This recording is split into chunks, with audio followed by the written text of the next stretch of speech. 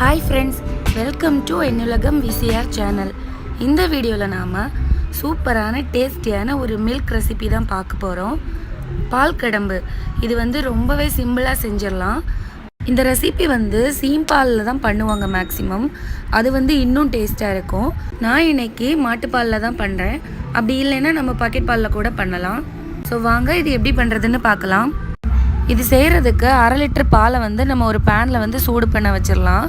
இது கொதிக்க ஆரம்பித்ததும் இதை லைட்டாக நம்ம அப்படி கிளறி விட்டுட்டே இருக்கணும். ஒரு 5 நிமிஷம் இதை நல்லா அப்படியே மிக்ஸ் பண்ணிடலாம். அப்போ தான் இதோட டேஸ்ட் நல்லா இருக்கும். இப்போ நம்ம கொஞ்ச நேரம் நல்லா மிக்ஸ் பண்ணிட்டோம்.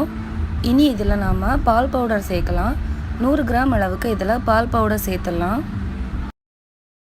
பால் பவுடரை சேர்த்துட்டு நல்லா அதை மிக்ஸ் பண்ணி விட்டுடலாம்.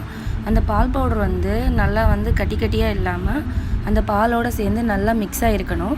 அதனால் இதை நல்லா மிக்ஸ் பண்ணி எடுத்துடலாம். பாருங்கள், இந்த மாதிரி நல்லா மிக்ஸ் பண்ணி விட்டுக்கோங்க. இப்போ இதில் நாம் 75 கிராம் சர்க்கரை சேர்த்துடலாம். நாம் 100 கிராம் அளவுக்கும் சேர்க்கலாம். ஆனால் ரொம்ப ஸ்வீட்டாக தான் இருக்கும். 1/2 லிட்டர் பாலுக்கு 75 கிராம் சேர்த்தாலே கரெக்டாக இருக்கும். இதையும் நல்லா கலந்து விட்டுடலாம். அந்த சர்க்கரை நல்லா கரையணும். இப்போ சர்க்கரை, பால் பவுடர் எல்லாமே பாலோடு நல்லா மிக்ஸ் ஆகிடுச்சு. இப்போ இதில் நாம் 5 கிராம் அளவுக்கு அகரகர் பாசி சேர்க்க போகிறோம். இது சூப்பர் மார்க்கெட்லலாம் கிடைக்கும். இதை சேர்க்கும்போது நம்மளோட பால் கடம்பு நல்லா ஜெல்லி மாதிரி கிடைக்கும். அதுக்காக தான் இது சேர்த்துக்கிறோம். 5 கிராம் அளவுக்கு சேர்த்தா சரியாக இருக்கும் 1/2 லிட்டர் பாலுக்கு. இப்போ இதை நாம் சேர்த்துட்டு நல்லா கலந்து விட்டுடலாம். இந்த அகரகர் பாலில் நல்லாவே மிக்ஸ் ஆகி நல்லா உருகணும். அது வரைக்கும் நல்லாவே கலந்து விட்டுடலாம். பாருங்கள், இந்த மாதிரி நல்லா கலந்து விட்டுருங்க. இப்போ இதை நாம் நல்லா கலந்து விட்டாச்சு.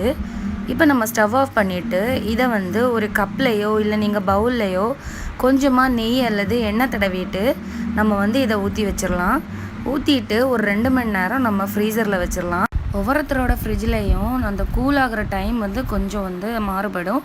அதனால் உங்கள் ஃப்ரிட்ஜுக்கு தகுந்த மாதிரி நீங்கள் ஃப்ரீசரில் வச்சு எடுத்துக்கோங்க. இதை பார்த்தாலே உங்களுக்கு தெரிஞ்சிருக்கும் எவ்வளோ ஈஸியாக நம்ம செஞ்சிட்டோம் அப்படின்னு. குழந்தைங்க ஸ்வீட்டாக ஏதாவது கேட்டால் இந்த மாதிரி நம்ம செஞ்சு கொடுக்கலாம். 1/2 லிட்டர் பாலில் செய்யும்போது இந்த மாதிரி கப் சைஸுக்கு ஒரு 3.5 கப் அளவுக்கு கிடச்சிருக்கு. ஸோ இப்போ எல்லாத்துலேயும் நம்ம ஊற்றி எடுத்த அப்புறமா ஃப்ரீசரில் வச்சிடலாம். வச்சுட்டு 2 மணி நேரத்துக்கு அப்புறமா இது எப்படி இருக்குன்னு பார்க்கலாம். இப்போ நான் ஃப்ரீசர்லேருந்து எடுத்துட்டேன். இதை பார்த்தாலே உங்களுக்கு தெரிஞ்சிருக்கும் எல்லாமே நல்லா திக்காயிடுச்சு, நல்லா கெட்டியாயிடுச்சு. இதை இப்போ நாம் பிளேட்டுக்கு மாற்றிடலாம். பாருங்கள், அந்த சைடெல்லாம் லைட்டாக ஒரு கத்தி வச்சு லைட்டாக இலக்கி விட்டுட்டு அதை அப்படியே திருப்பி போட்டு லைட்டாக 2 தட்டு தட்டி எடுத்தோன்னா வந்துடும். பாருங்கள், இந்த மாதிரி எடுத்தோன்னா ஈஸியாகவே வந்துடும். எவ்வளோ சூப்பராக ரெடி ஆகிருக்குன்னு பாருங்கள். இதோட டேஸ்ட்டு ரொம்பவே நல்லாயிருக்கும். குழந்தைங்க ஸ்நாக்ஸ் கேட்கும்போது, அதாவது ஸ்வீட்டாக பர்டிகுலராக கேட்கும்போது இந்த மாதிரி செஞ்சு கொடுத்தீங்கன்னா ரொம்பவே விரும்பி சாப்பிடுவாங்க. இது கிட்டத்தட்ட ஒரு பால்கோவா டேஸ்ட்டுக்கு தான் இருக்கும். ஸோ இந்த ரெசிப்பியை ரொம்ப சிம்பிளாக வீட்டில் செஞ்சிடலாம். ஸோ நீங்களும் ட்ரை பண்ணி பாருங்கள். ட்ரை பண்ணி பார்த்துட்டு எப்படி இருக்குன்னு கமெண்டில் சொல்லுங்கள். இந்த வீடியோ பிடிச்சிருந்தா அப்படியே சப்ஸ்கிரைப் பண்ணிடுங்க. தேங்க்யூ.